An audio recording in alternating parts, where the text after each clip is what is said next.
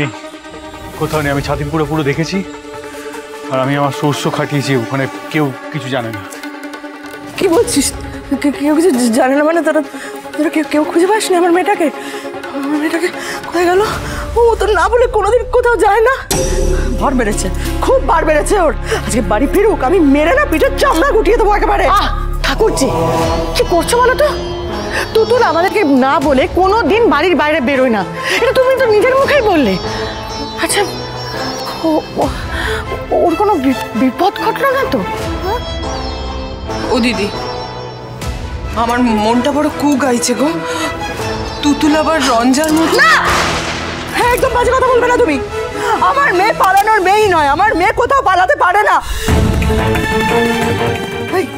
শোনো, তুমি তো সব জানো। তুমি একবারে নাটের গুরু, তোমাকে না বলে ওরা কিচ্ছু করে না। তুমি সব জানো, ওরা কে কি করছে, কোথায় যাচ্ছে, তুমি জানো আমার মেয়ে কোথায় যাচ্ছে। সেরকম কিছু হলে তো ভালো হতো। যদি অন্তত জানতাম যে তুতুলের একটা বয়ফ্রেন্ড আছে, ও তার সাথে পালিয়েছে, সেটাও ঠিক ছিল। কিন্তু সেরকম কিছুই তো না। ও কোথায় আছে, কি বৃত্তান্ত, আমরা কেউ কিচ্ছু জানি না। আমি তোমার উদ্বেগটা বুঝতে পারছি।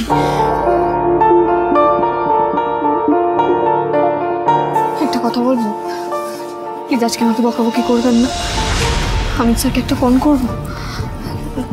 উনি এখন এখানে নেই, তবে ওনার সাহায্য খুব দরকার। এমন অনেক জায়গা আছে যেখানে আমরা যেতে পারবো না। প্লিজ।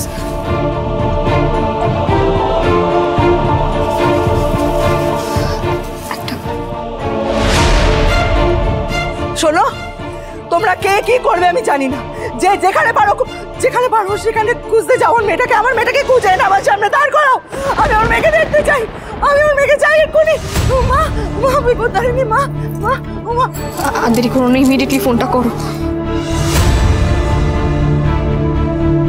দেখো মা, যেন তুতুলের কোনো বিপদ না হয়।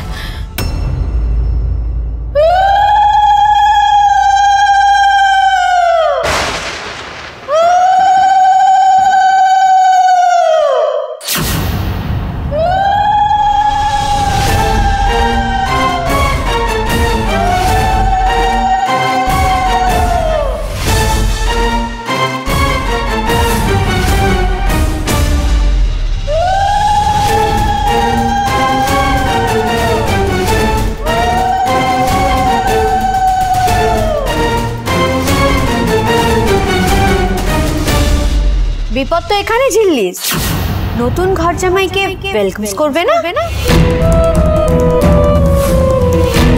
খেয়ালি, তুমি এখানে কেন এসেছো? তোমার সঙ্গে এই তেঁতুল পাড়ার সমস্ত রিলেশন শেষ হয়ে গেছে। জাস্ট বেরিয়ে যাও। এক মিনিট, রিলেশন এত সহজে চাইলে শেষ করা যায় না। একটা যদি শেষ হয় তাহলে আরো একটা রিলেশন শুরু হয়। বউ নই আমি, এখন এই বাড়ির কুটুম।